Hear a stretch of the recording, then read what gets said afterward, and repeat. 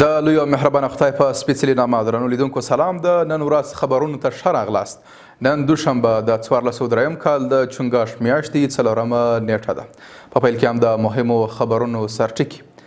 د اسلامي امارت د مجاهدینو له هلو ځلو څخه د مننې په موخه د اشتګ په لاره اچول. افغانستان لیکوالان او روڼ اندي وایي چې په افغانستان کې بشپړ او مطلوب امنیت ټینګ شوی. د اسلامي امارت د مشر لخوا د صنعتي پارکونو د قانون تصویب.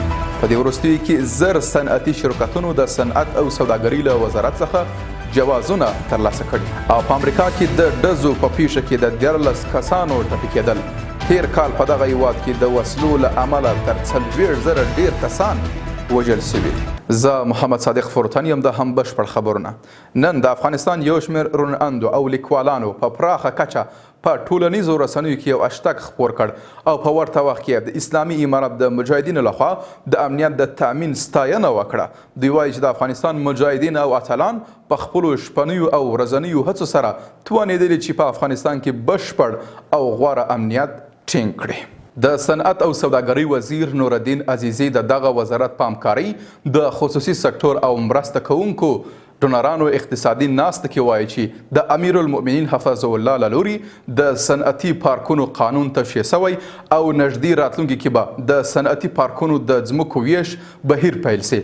ښاغلي عزیزي زیاتوي چې شاوخوا زر صنعتي شرکتونو تازه له صنعت او سوداګرۍ وزارت څخه جوازونه ترلاسه کړي دي. د پکتیا طبیعي پیښو ته د رسیدو رئیس نثار احمد نجات رسنیو ته وایي تیره ورځ ناوخته د دغه ولایت څمکنیو ولسوالۍ د جګ اورګوړ په سیمه کې پر یو کور د غره یوه څنډه راښویېدلې چې د یوې کورنۍ 7 غړي پکې شهیدان سوي دي.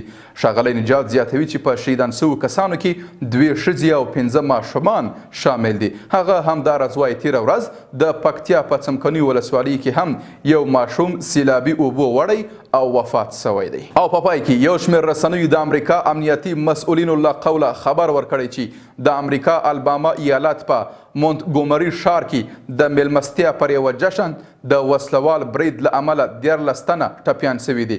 د امنیتي مسؤلینو په وینا دغه ډزې په سیمه ییز وخت د یکشنبې سهار شوي. وسلوال تاوتریخوالی په امریکا کې یو عامه او اندېښمنونکی ستونزه ده چې د وسلوال تاوتریخوالي ارشیفي سازمان تیر کال امریکا کې د وسلوالو بریدونو له امله د مړینې ثبت شوي پیښې 40,000 ښودلې وې. قدرمنو لیدونکو له ملتیا مو مننه. تاسو کولی شئ د اوروج څېړنیزې او خپرندوی ادارې بېلابېلې خپرونې د دې ادارې د سوشل میډیا له طریقه وګورئ. تر بیا ښه وخت او ښې چارې.